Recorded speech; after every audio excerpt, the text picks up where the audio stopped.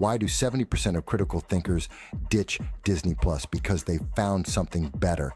In today's economy, every dollar counts. So what's worth subscribing to? Let's compare Disney Plus and no Soundbites Allowed. With Disney Plus, you're shelling out $140 a year for virtue signaling shows targeting mythical modern audiences. Plus, a theater visit could cost you $40 or more. Ouch. Now imagine a platform where fresh perspectives, insightful interviews, and engaging discussions are at your fingertips. That's no Soundbites Allowed. And the best part? It's free with an option to support only if you choose. While Disney Plus ticks off virtue signal checkboxes, no Soundbites Allowed offers real talk and sharp analysis. Perfect for those who crave depth and clarity.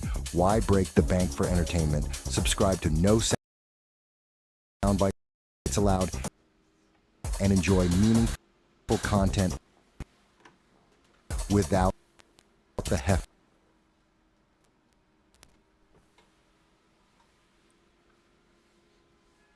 All right, everybody. Hello, and thank you for joining us. This is No Soundbites Allowed, and I am your host, Michael Voss, the political dragon here in our offices in the Bronx, New York. It is Sunday, October 20th, about 15 days away from the 2024 presidential election, and it's going to be interesting. Everything is getting down to the wire. The last bits of information are getting disseminated to the public, and it's going to be crazy. It's going to be quite the year, and we have a lot going on, not just in the United States, but internationally as well. All around the world, we are seeing a lot of activity before this election. I think in part because we're going to see the election determine how international politics is going to play out afterwards. And we have some economic activity as well that will be also resulting from that. Now, before we go any further, let me first start off that if this is the first time that you're seeing our channel, I want to welcome you and thank you for being part of the audience. I want you to know that we do long-form political commentary, looking at how did we get to this point and what may be the conclusions we can make about what's going to happen next. We do that because we believe in the First Amendment. We believe in your right to be able to speak. It's a First Amendment right, but it is not just an American right. It is a right of everyone around the world by birth. And we want you to celebrate that. Even if your country doesn't like it, even if the internet overlords don't like it, we don't care. We want to hear your voice about all of these issues, whether you agree or disagree with us. It's about having the conversation. So we hope that you will enjoy that and take the opportunity to leave us a chat, a super chat, or even to call in at 929-715-8569. Yes, you can call in and share your opinion about any issue we discuss and anything we may not be discussing that you think is important. And you'll see the number is scrolling above as the show goes on. So that's just to introduce everybody, let you know what's going on. There is a lot to talk about today. And there is even breaking news as we speak. Now, the format, for those who are new to the channel, normally what we do is we start with any breaking news that may be happening at this moment. We then go into the international, how the United States is affecting the rest of the world, how the world is affecting the United States, and then we delve more into the national politics. How is America dealing with internal issues, and therefore, how does the rest of the world get affected as well? So that's the general format we have there. Let me start off, first of all, with something I think is important. We have been hearing lately that now Canada, Justin Trudeau, the Prime Minister of Canada, is alleging that the nation of India is trying to commit assassinations in Canada. Now, this is something that is unheard of. I mean, Canada isn't a nation known for its aggressive nature or its outstanding military. So this is something that very few people ever hear. But we have heard that there have been some, coming from Justin Trudeau, there are a lot of allegations against Indian diplomats saying that they've been committing murders on Canadian soil. As you can see here, coming from The Guardian, reporting on this. This is important. I mean, first of all, we know that Justin Trudeau has aligned himself and tried to align Canada with the Communist Party of China, that they have been making open invitations to have more interactions with China and its communist leadership. And he has visioned or has looked at many socialist leaders as inspirations for his time as prime minister. We've seen that result in Justin Trudeau illegally punishing his own citizens for daring to protest, denying them the ability to bank, to commit business. And this has absolutely 100% been found to be unconstitutional in Canada. So his socialist leanings have been very negative. Now, we also know that India has had consistent and currently ongoing border disputes with China, and that tensions have been rising in Southeast Asia, not just with the Philippines and China, not just with Japan and South Korea against China and North Korea, but also India and China itself. So for this to be alleged, as it has been, without any absolute proof, is kind of Justin Trudeau coming to the support of China and making somewhat of an enemy of India, and that doesn't bode well on international politics. It lends itself towards the idea that we are seeing Southeast Asia getting closer to a regional war of some type. They're currently, I would expect, in somewhat of a Cold War, and we could see that heat up if pressure continues, especially as we see nations like Canada jumping on the side of China and attacking politically India. So that is a very, very big problem. Of course, we got timed out by The Guardian.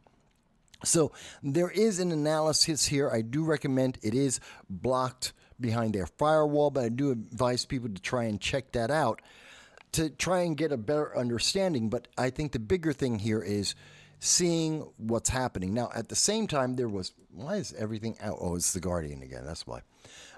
There is also another article that came out on Friday from The Guardian stating that a third of Americans, it's quoting a poll from the Brookings Institute, saying that a third of all Americans agree with Donald Trump that immigrants, illegal aliens, let's be very clear, it's not migrants, it's not legal immigrants, it is illegal immigrants, it is illegal aliens that have entered the United States that have disrupted the financial stability and the means of support in cities like New York, Chicago, Boston, LA, Detroit, Baltimore, across this country.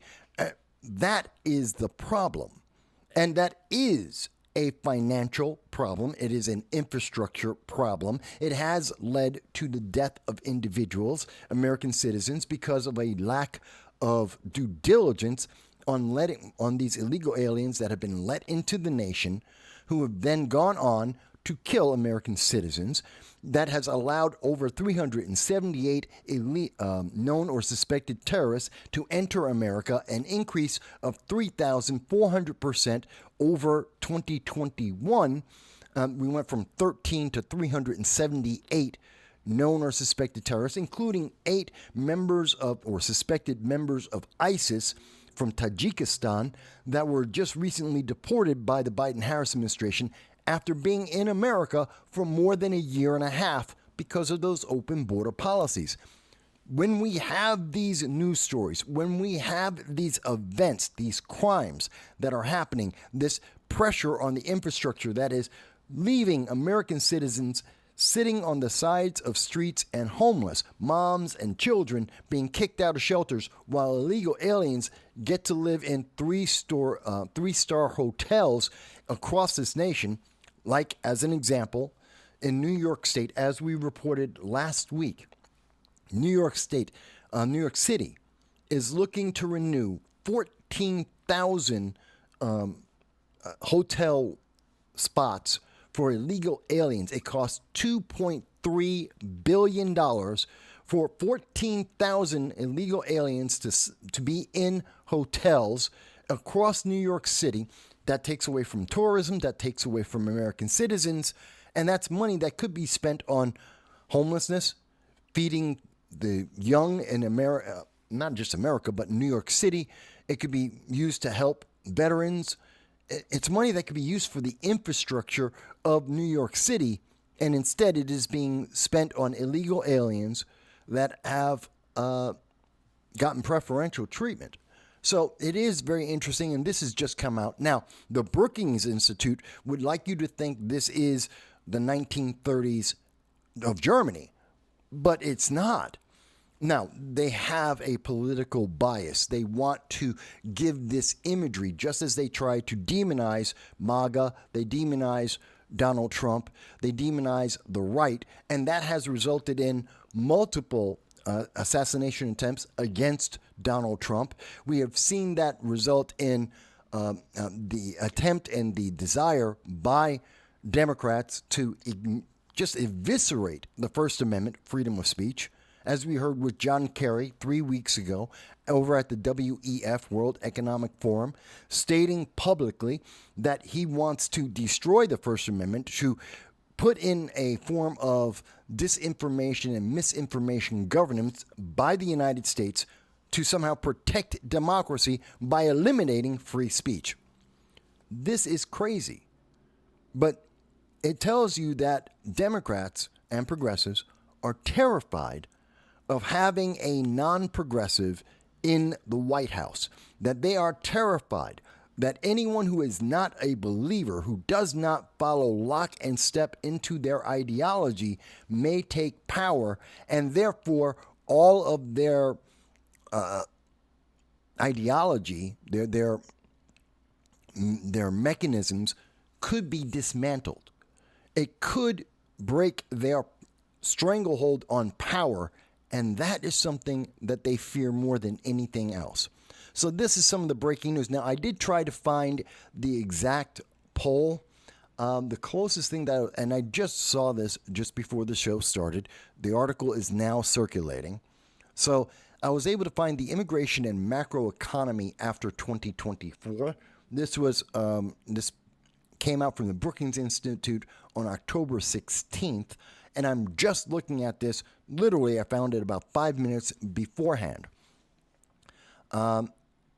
And what is this? In our Harris high scenario, net migration is 3.7 million, whereas in Trump low scenario, net migration is a negative 74,000. Well, it's interesting the words that they like to use, because we see very often they don't separate legal migration from illegal migration. They don't separate in their estimates. They always give us a range that is very odd, because they're mixing all migrants as one. But there is a massive difference between those who are legally entering the United States with green cards, with student visas, going through the process to become naturalized citizens. That's one group of individuals. And then there are those who are illegally entering America after breaking our law, then getting a spot declaring that they are asylum seekers after they have been caught breaking the law, and then they are given the benefits of the United States.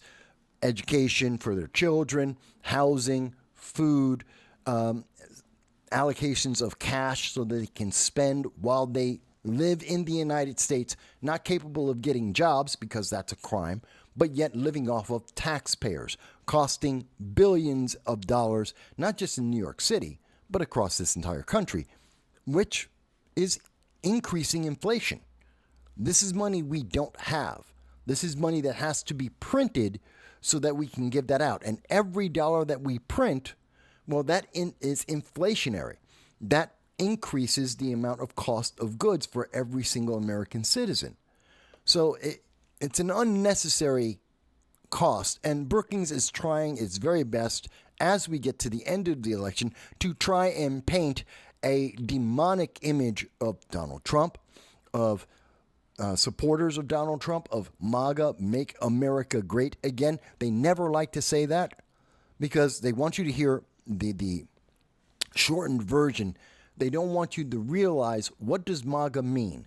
Make America Great Again. An intrinsically, absolutely positive statement that they have to make negative because it does not match their progressive policies. But this is some of the breaking news that is just coming out. So I did want to make you aware. And of course, at the end of the program, after we walk our dog, at the end of the show, we will, of course, put links to everything that we are showing you on the description, whether it's on YouTube or on Rumble, so that you'll be able to see all these articles for yourself and to take the time to read through them to gain your own understanding, whether or not it matches the conclusions that we come to on this program. Because we want you to be educated. We want you to know more about what's happening in our government when we get done with the show. Now, that's just some of the stuff that's going on. Obviously, seeing Canada having difficulty with India, which is an ally, roughly an ally of the United States, and having greater tensions in Southeast Asia is never a good thing. And we need a president who is present and involved, talking to Canada, talking to India, trying to understand what is going on. How can we help this to resolve this issue with our neighbors and our trading partner? Otherwise, this could have negative impacts on the United States economy, and it could even draw us into a war. I mean, if tensions continue to rise between India and Canada, that could affect exports going into North America, which includes the United States. It could, because of our closeness with Canada, it could cause the cost of goods coming here to be higher. This is an economic problem for the United States as well as for Canada, because a lot of our technical support does come from India. A lot of our trade goods do come from more technology-based trade goods do come from India. And so that is a very important sector for the United States as well as North America in general. So we need someone who's present, who can address this issue, who can have this conversation with Justin Trudeau and Modi, Prime Minister Modi of India, and get to a resolution as quickly as possible, as well as balancing the United States' interests versus those of communist China. That is important. But we have a part-time zombie president, Joe Biden, who only works between 10 a.m. and 4 p.m. 5 days a week. That's it. And he's even been relegated, as little as that is, and that is a confirmed work schedule by every international news media agency. We know that is correct, that is his part-time zombie schedule. But worse than that, worse than knowing that there is only, we don't know who's in charge, I should say. We don't know who's in charge of the United States for 18 hours a day, is the fact that we need someone who is involved and aware of these issues and is respected, so that when they can have these discussions and they can try and mitigate any of these conflicts before they escalate further. That's one of the biggest problems we have seen under the Biden-Harris administration. There is no international diplomacy. There is no policy. Our allies and nations that we don't like that much, and even nations that aren't just neutral but actively against the United States, have become more aggressive. And that's why we have a war in Europe, we have a war in the Middle East, and we have two wars going on in the Middle East, and we have tensions rising almost to the point of open warfare in Southeast Asia. We need leadership. The world needs a strong leader, and they do not recognize that in Joe Biden. And Kamala Harris has been hands off because everything she has touched internationally has gone to hell in a handbasket every single time. Just ask South Korea about that. Now, these are facts. They are indisputable. You may not like, and I know some people who watch the program will not like this reality. They will not like the truth being told, but that is the truth as it stands at this moment. Joe Biden is a part-time zombie president. That is a fact. We know what his work schedule is. We do not know who is in charge of America the 18 hours a day that Joe Biden is not coherent. We don't know that.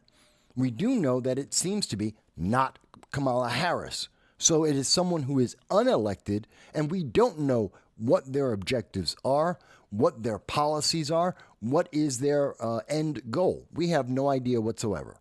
And we do know that there are, as a consequence of this, escalating tensions around the world and open warfare around the world.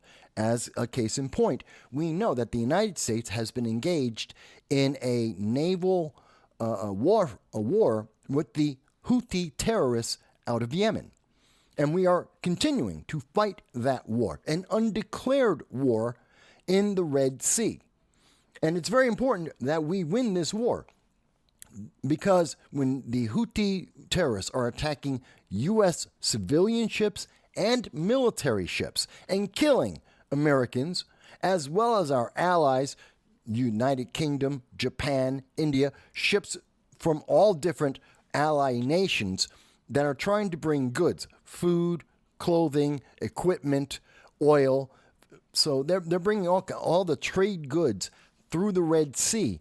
They are not capable of doing that. They're taking longer to get these goods to places around the world that desperately need it, which means the food inflation in the world, which has increased since the Ukraine war.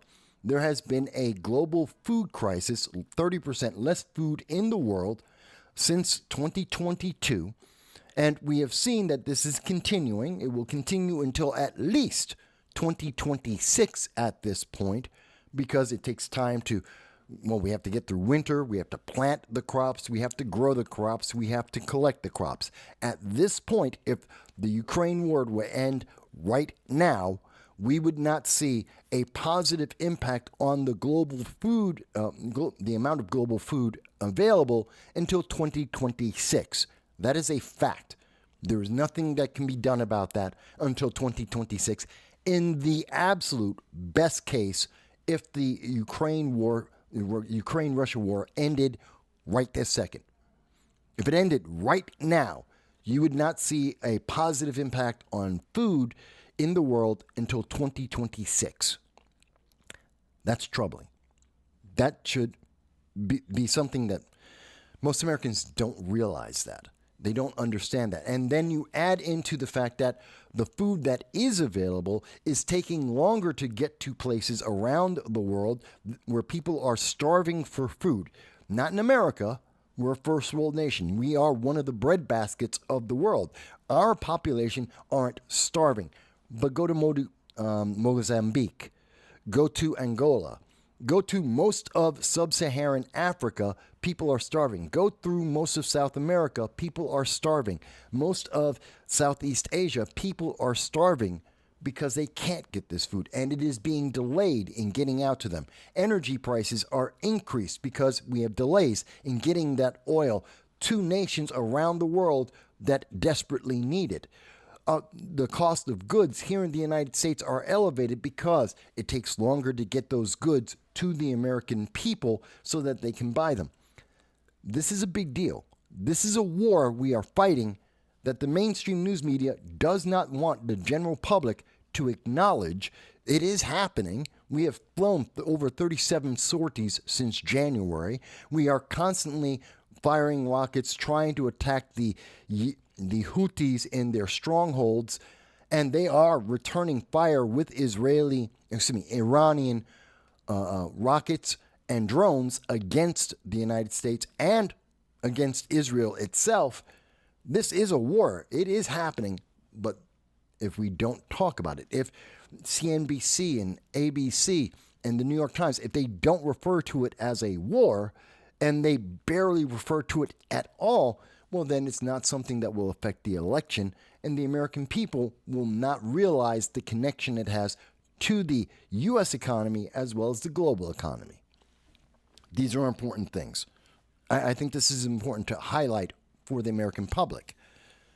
But those who want to fortify the 2024 election to promote and maintain power for the Progressive Party, which would be the sliver and section of the Democratic Party in general, well, they don't want you to think about this. They do not want you to have this conversation. If I'm wrong, please tell me how. As we ask every week, as we have been asking for 18 years, if there is an elected official in America that disagrees with the conclusions we are coming to, if there is a candidate running for office that disagrees with the positions that we are providing and the information that we have presented, we're all ears. Always. And I expect that this week, like we have seen for 18 years, there will be no response. All right, with that said, let me take a pause briefly. And I know that this is going to be suppressed. So please do like, share, and subscribe to support the First Amendment, to support our free speech, to give the middle finger to John Kerry and those who support his ideology that the only way we can save democracy and save free speech is to have it controlled by the government. Please like, share, and subscribe. It does matter. By the way, let me take a moment to also mention, for those of you who follow us on Wednesdays, and we have the Wednesday Roundtable with the Liberty First Foundation, there is some upcoming news. We want you to know, first of all, that we are trying to work with getting an interview with the Survival Sisters. You may have seen them on Facebook. Two women who are Second Amendment enthusiasts. We're looking forward to trying to work that out. We're trying to finalize that, but we do believe that will be coming soon. So one of these Wednesdays coming up, we want you to be aware of that. In addition to that, I do want to mention that this Wednesday, October 23rd, we will be having an interview with Dexter Taylor. Now, you may be familiar with Dexter Taylor. He was arrested in New York State for legally owning firearm components because he was learning the skill of becoming a registered gunsmith. All of this is legal and above board.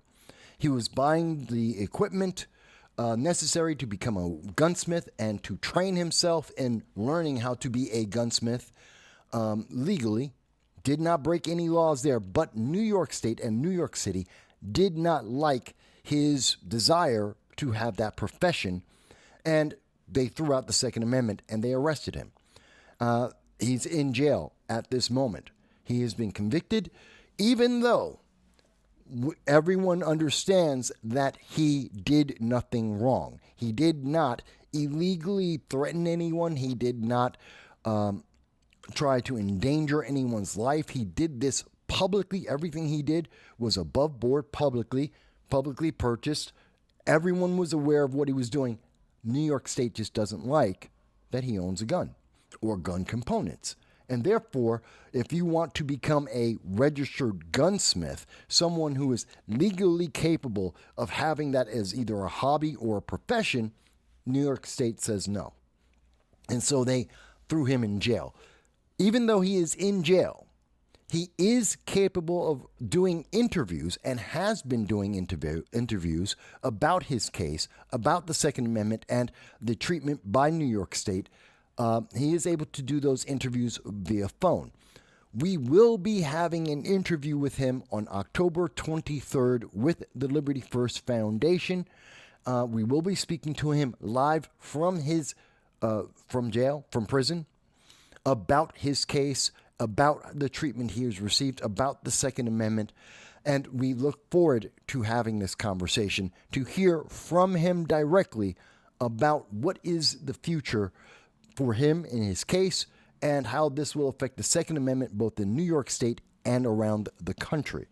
So we do invite you to join us Wednesday, October 23rd for that interview, that exclusive interview, again with Dexter Taylor.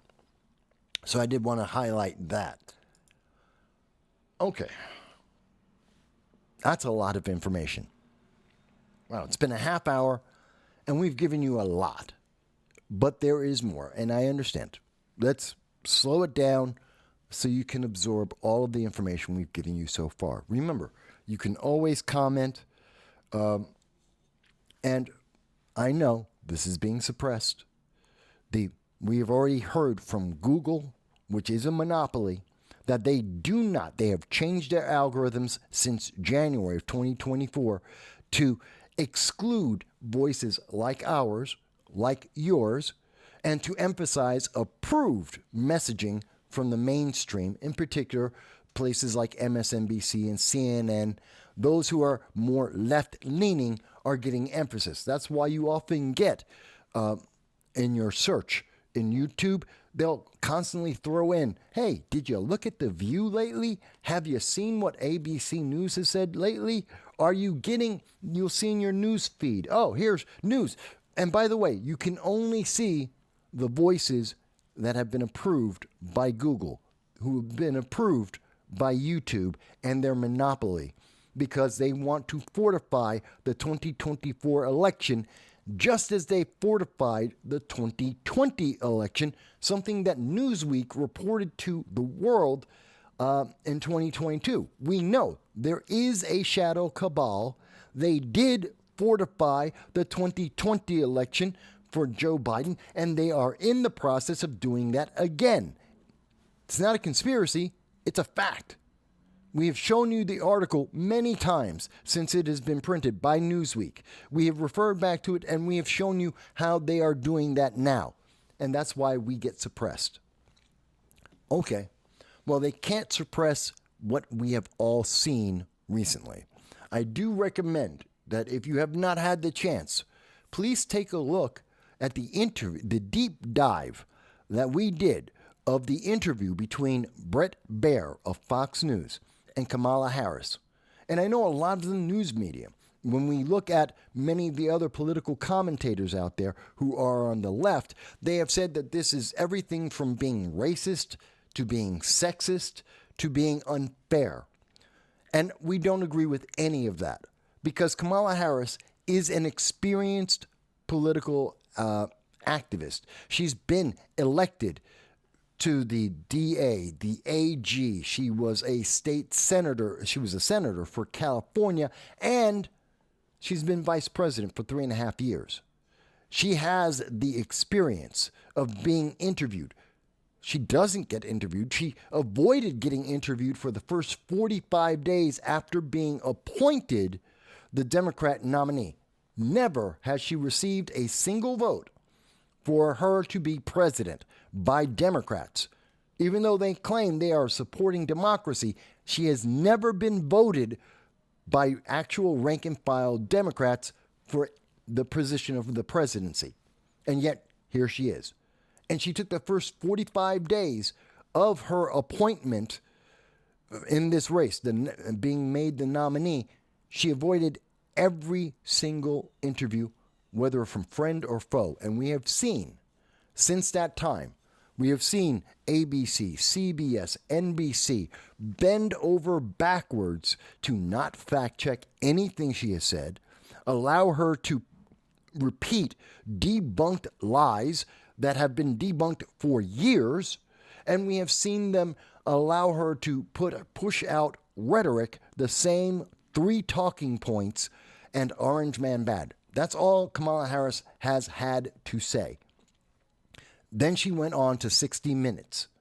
And 60 Minutes threw away their credibility to edit her words to make Kamala Harris sound more intelligent.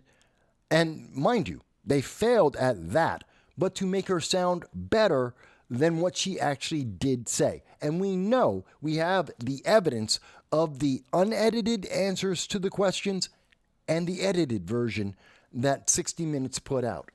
So we've seen news media destroy their credibility to be able to prop her up. That is fortification. That's how you fortify an election. So when Kamala Harris went on to Fox News talking with Bret Baier, which is the only interview where she has not talked to a friendly, left-leaning news media agency, whether you like Fox News or not, they are a legitimate news agency. And Bret Baier is known for being a legitimate, hard news reporter.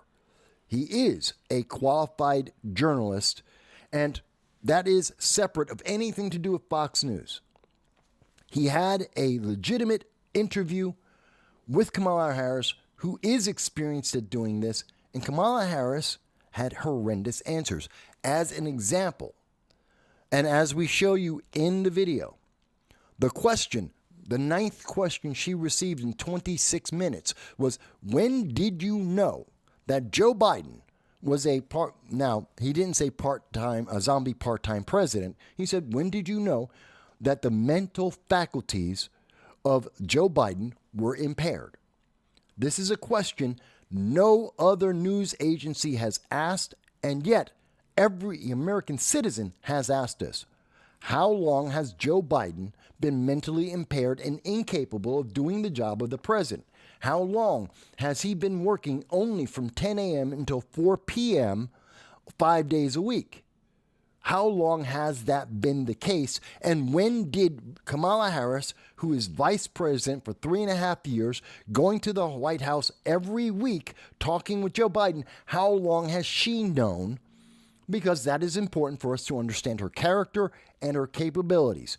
Has she been lying to the American people, or has she been ignorant of the facts? This is important to know. She brought up Joe Biden. Bret Baier asked the question. Her answer, Biden has judgment and experience to be the president. That doesn't answer the question. That doesn't help voters understand, was Kamala Harris lying to the American people, or was she incompetent? Those are the only two true answers, because we know Joe Biden is mentally impaired. That is a fact. When was he mentally impaired? She had to know, unless she is incompetent. She didn't answer that. Instead, she said Joe Biden is still a mental giant. He is brilliant and on top of the job. Even now, as we know, he works part-time. That is incredulous. Incredulous. And then she goes on to say, well, it's, of course, Orange Man bad. It's Donald Trump's fault, because Donald Trump wants to be president. What does that have to do with whether or not, in her weekly meetings for the last 3.5 years, almost 4 years now, how does Donald Trump running for the presidency have anything to do with her face-to-face meetings with Joe Biden to assess his mental stability? She avoided the question. She dodged. She lied to the American people's face. Because I do feel that lying on something that is materially important to this nation, and to the international politics of this nation, and to the election, when you avoid that so blatantly, trying to distract and to deny the fact that is in front of all of us, that is vicious. That is evil. That is blatantly trying to allow your ambition to override any and other factor. That is not in the benefit of the American people. Not in any way, shape, or form. That is how I felt about it. And, we have a comment. I'm not sure. A comment. Oh, God, it's been so long since I've tried to read Russian. Sipit. Said it. Oh, God, it's been too long since I've tried to read Russian. Yo, Nickies? I'm not even sure what that's supposed to mean. Okay. Well, thank you for the comment. Don't know what it's supposed to mean, but thank you for the comment. It's Russian. I can speak Russian, not read it. I can speak in Russian. It's been a while. My Russian is very rusty, but my reading of Russian is horrendous. It's been a long time since I've had to read Russian, since I lived in Moscow, so I can't respond to that comment. And I don't know what you're trying to say. You said hi. Okay, hi. Don't know what that's supposed to be. That being said, let me go on. So I do recommend people check out that interview. It is a deep dive. We analyze every aspect of both what Bret Baier is and is not asking, as well as what is Kamala Harris doing? What is the logic behind what she is doing? What is the manipulation that she has employed in her answers or non-answers? We go through all of that for you. It's very in-depth. It's a 26-minute interview, but it's a 2.5-hour actual deep dive into all of it so that you have a clear understanding of the individual who wants to be the next president of the United States. So I hope you do take a chance to look at that.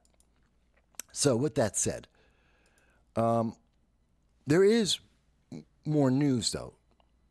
As important as that is, and we'll talk about it a little bit more later on in the show, right now, one of the biggest things that is happening is, of course, Hezbollah and Hamas are falling apart. The influence of Iran is waning to an extent, and that is a positive for the world. That means more stability going forward. When the leadership of the terrorist organizations of the Houthis, Hamas, and Hezbollah are destroyed, when their ability to communicate has been destroyed, it reduces the amount of terrorist acts in the world, in the entire world. And that's a positive thing. We have seen recently many of the leaders of Hezbollah and also of Hamas are now dead. I do not cry for any one of them.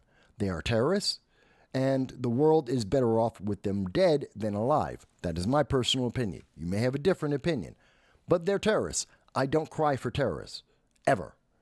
So, and the fact that these terrorist organizations that seek to bomb and kill innocent civilians, both Americans, those in the UK, Canada, from around the world, the fact that they have less capability of continuing to terrorize international citizens and those of Israel, I'm not sad for a second. Not for a second. That's right, this channel is not pro-Hamas. We will not cry for Hamas or for Hezbollah or for the Houthis. Not for a second. Now, we do see, according to the BBC, that Israeli defense ministers, that's Yoav Gallant, believes that Hezbollah, they're being destroyed and their ability to continue to commit acts of terror is diminishing. That's positive news for the world. But at the same time, Hezbollah has just tried to assassinate the Israeli Prime Minister Benjamin Netanyahu. They failed, but they did so using an Iranian drone and Iranian rockets. So this is, in fact, again, Iran using its strings on its puppets, which would be Hamas, Hezbollah, and the Houthis, to attack Israel because they want to genocide Israel. Let's understand that clearly. They are trying to genocide a nation simply because they don't believe in the Ayatollah or their fanatical beliefs of religion. And they would just as happily try to kill all Americans as well, even those on the left, because in America, we believe in allowing women to go to school and allowing women to read and write and to drive cars, which they don't do in Iran. That these puppet terrorist organizations do not want to see. And they will poison their own schoolgirls, school children. They will poison the girls and have poisoned the girls because they're going to school and learning to read. It has happened. We have recorded that. That was about 2022, 2023. We've seen that in Iran. We've seen that in Iraq. We've seen that in Afghanistan. This is the nature that we're dealing with. So to see them less capable of doing these things is good, but the fact that Iran is now directly being involved is a problem. And Israel is going to respond to this direct assassination attempt, as they should. And this is international news, because when a global leader is either assassinated or there is an attempt to assassinate them, that's historic news. And it should surprise us that the globe is paying attention to this assassination attempt, and they also paid attention to the assassination attempt against President Trump. But why is it we're seeing President Trump's, the assassination attempts by the left against Donald Trump have been downplayed and memory hold? You're not supposed to remember that. You're not supposed to see those images. You're not supposed to think about these individuals and what their motivations were, at the same time that the left is trying to tell you that the assassination attempt against Netanyahu is somehow a positive. This is warped thinking. I don't understand how they can support terrorism. I don't understand these people who support Hamas. I do not understand it. Does anyone, if anyone in the chat understands it, please tell me, because I don't get it.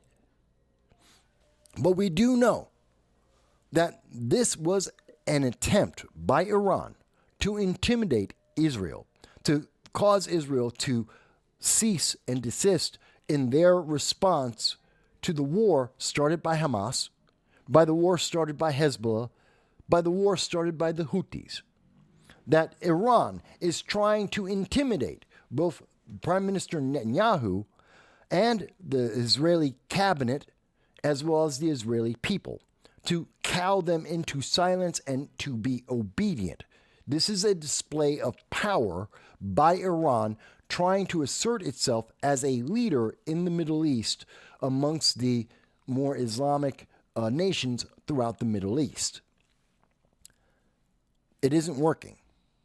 Israel is planning to take a counterattack, to respond in kind. Now, again, I've mentioned, and I think it's very important to remember, all of this spawns, if we were to trace it back, where did this start? This cycle that we have seen ongoing now for more than a year, where did that start from? Iran gave rockets and missiles and training to Hamas to be able to attack civilians in Israel on October 7th of 2023.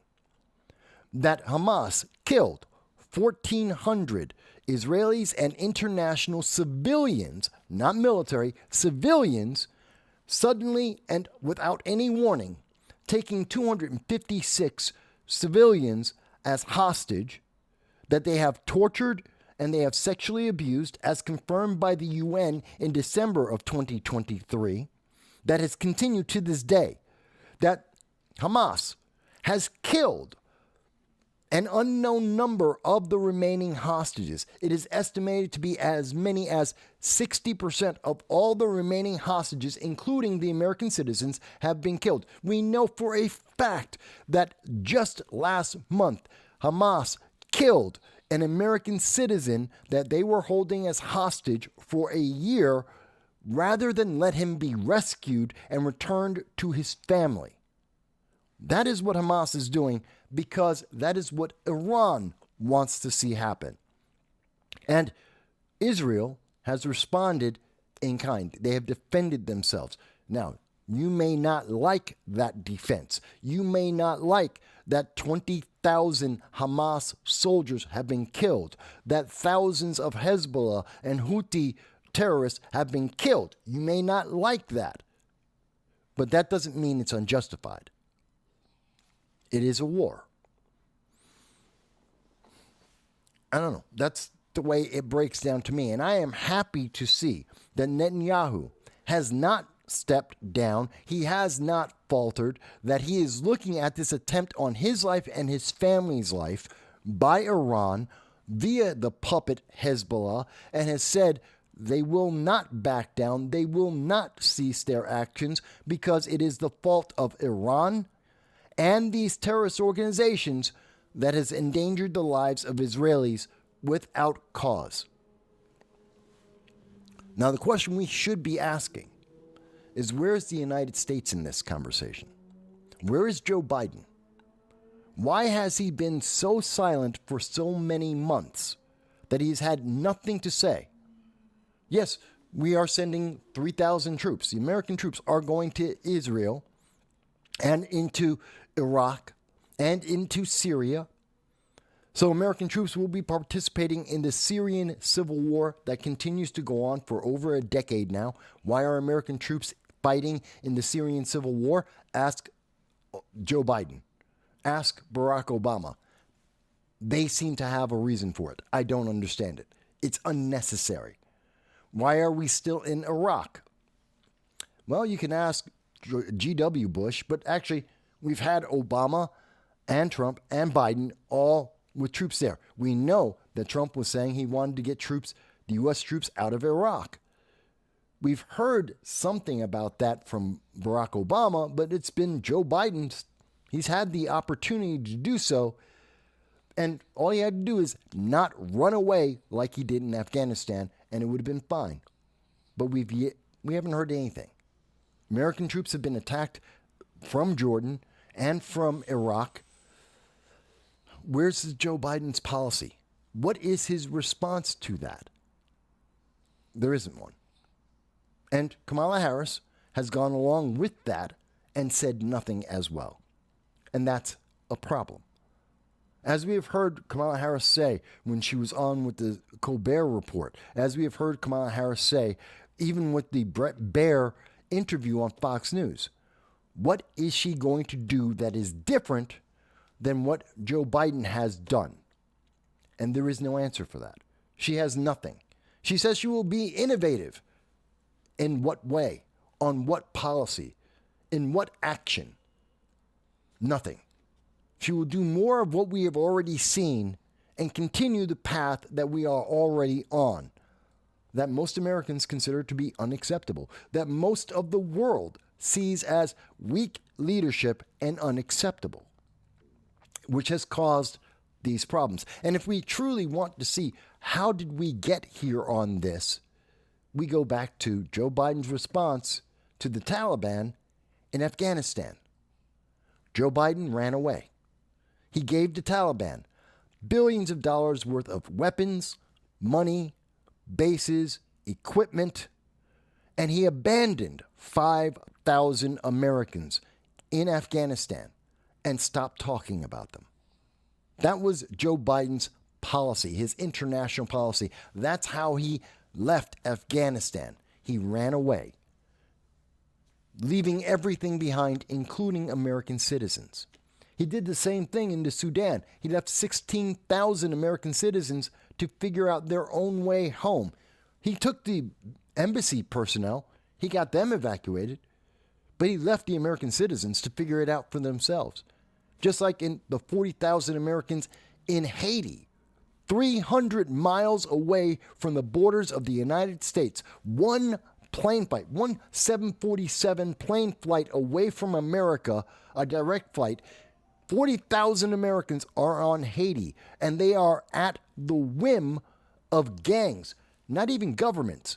This isn't a civil war. This is gang warfare. These are gangs, criminals fighting amongst themselves about how they can better sell drugs and illegal items around the world. And Joe Biden and Kamala Harris, their policy is, we're not going to talk about it. There's 40,000 Americans there. They're not going to talk about it. It's no longer an issue. They stopped speaking about that. Therefore, it doesn't exist anymore. It's so bad that the UN had to go to Kenya and take Kenyan police officers and fly them halfway around the world to bring them to Haiti to try and get some kind of resolution and to stop the gangs from having active warfare, even though there's 40,000 Americans there, even though it's 300 miles away from America. We could resolve this overnight. We could. But neither Joe Biden nor Kamala Harris wish to do that. They'd rather not talk about it, because if they did, you might not vote the way they want you to. Let me go back to some of the comments here. So, Grace mentions, only democracy in the Middle East, Israel. The only democracy in the Middle East is Israel. They are pro-family, pro-women, pro-gay rights, pro-Arabs, pro-United States. They don't have honor killings. This is all true. People may not like everything that Israel does. I'm not saying they're a perfect government. There isn't one. It doesn't exist. But there are more rights and freedoms in Israel than anywhere else in the Middle East. You can't go to Egypt, Jordan, Syria, Afghanistan, the United Arab Emirates, Saudi Arabia. You can't go anywhere else in the Middle East and get more rights and freedoms, especially if you're gay, especially if you're a woman, than what you will find in Israel. That is a fact. That is an absolute fact, including for the Palestinian people. They have more rights, the Palestinian people in Israel, which would be Gaza, is part of Israel. They have more rights with the Israelis than in any other country, because not one Middle Eastern country will take in Palestinian refugees. They do not want them. Egypt doesn't want them. Jordan, Lebanon, none of them want them. That's a fact. So you are correct on that, Grace. Grace goes on to say, Israel doesn't endorse child marriages and throwing gays off of buildings. That is true. Iran does believe in all of that. Lebanon, Egypt, Jordan, Syria, to lesser extents, they all do. That is true. Because Kamala and Joe Biden are afraid of the far left that hijacked the DNC, they are cowards because they do not want to face up against the pro-Hamas faction such as in Dearborn, Michigan, such as with Ilhan Omar, who believe in the Iranian point of view and want to have more of that view in America. And that's why we have seen Joe Biden in trying to placate the Dearborn, Michigan vote, because he needs it. He needs Michigan. It's 15 electoral votes. He needs to win that state to be competitive for Democrats. And that over 100,000 Dearborn, Michigan voters actually said, well, you have to do something for Hamas, the terrorist organization, to get their vote. And we saw in the primary, they didn't give him the vote, which, if it were the election, would have meant that Donald Trump would have won. So, as a response, Joe Biden, 2 days after the Michigan primary, decided unilaterally to create a temporary port, a pier for Gaza to help Hamas. It cost the American people over $400 million. Over $400 million. It spent more time in the 2 months of operation for that pier before it finally broke and fell apart. It was inoperational and being fixed more than it was operational. So it didn't accomplish any of the goals that it was stated to do, which is to get food and gas and water to members of Hamas. Thankfully, it was inefficient at doing that, but it cost $400 million U.S. taxpayer dollars. How many veterans, how many homeless, how many mothers that have been kicked out of shelters could that have helped here in the United States? $400 million. Instead, they had a pier for 2 months that didn't work for more than half of that time. Kamala Harris has instead, well, she's on all sides on the issue because she's afraid of losing Michigan, and we believe they have already lost it. Jill Stein is going to take a strong third place because of the wishy-washy nature of Kamala Harris's position about Gaza, Hezbollah, and the Houthis. That's what we believe. Grace goes on to say, Joe Biden abandoned 5,000 Americans in Afghanistan. That is correct. And he abandoned the hostages in the Hamas tunnels, which I agree with as well. He doesn't care. I agree. Which is why, by the way, let's be very clear. On October 7th, 32 Americans were killed by Hamas civilians. Each and every one. Civilians, out of the blue, were killed by Hamas. 22 Americans were taken prisoner. They were kidnapped, held as hostage in human shield, tortured, and sexually abused every day from October 7th until the moment of their death to this moment, if they survived. That is a fact. It's over a year. We know this. This has been confirmed. We know that two of those American hostages, were killed by Hamas. Not Israel, Hamas. One, just a month ago, a 22-year-old man was shot in the head rather than allowed to be rescued by Israel. Another was an older man, 73, who died in the torture of Hamas. There were three others, a child and two elderly women, who in November of 2023 were released for a $105 million donation by the United States to Gaza, in other words, Hamas, by the Biden administration in early negotiations. 3. Out of the 22, that means that 17 Americans remain hostages of Hamas. If you go by most recent statements by Chuck Schumer or from international news media, somewhere between 8 and 6 Americans are being held by Hamas at this time. In fact, I've seen the number as low as 4 Americans are being held by Hamas at this time. No one is clear, but the number fluctuates between 8 and 4. There are some 15 Americans that we know were not killed in the initial attack, that were taken by Hamas as hostages and have not been released. What happened to them? This is a number that the news media does not like to discuss. This is why Joe Biden and Kamala Harris will not refer to the number of American hostages that remain. They will not talk about this. They barely ever will even acknowledge that Americans are still being held hostage a year later. Even though, according to Kamala Harris, it is a priority for her and Joe Biden to get the Americans released. And yet, they don't speak about it. It's odd that for such an important priority for their administration, they do not mention that the Americans are being held hostage by Hamas, nor do they mention the number of Americans being held by Hamas. And thus, the rest of the news media are guessing and lowballing the numbers, ignoring the true numbers that we had as early as November of 2023. We knew how many Americans were taken hostage. And today, we don't know what that number is.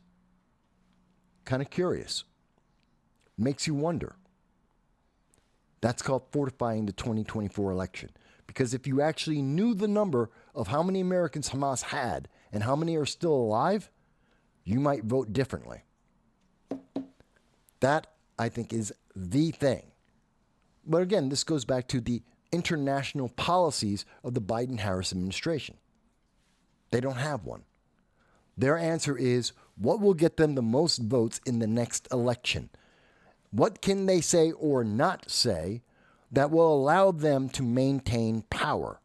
And the left-leaning news media are more than happy to go along with their thinking and ignore facts that you should know about. And thus you have to go to the international news media, to the BBC, The Guardian, going to the Israeli Times, to the Hindustan Times, to the Japanese Japan News, going to international Deutsche Welle, the German news station, France 24, are some of the sources you have to go to find out what is happening to the American citizens. Because the Biden-Harris administration won't tell you. They don't want you to know. They don't want you to hold them accountable for failing in their absolute primary, and I can't shut up about it.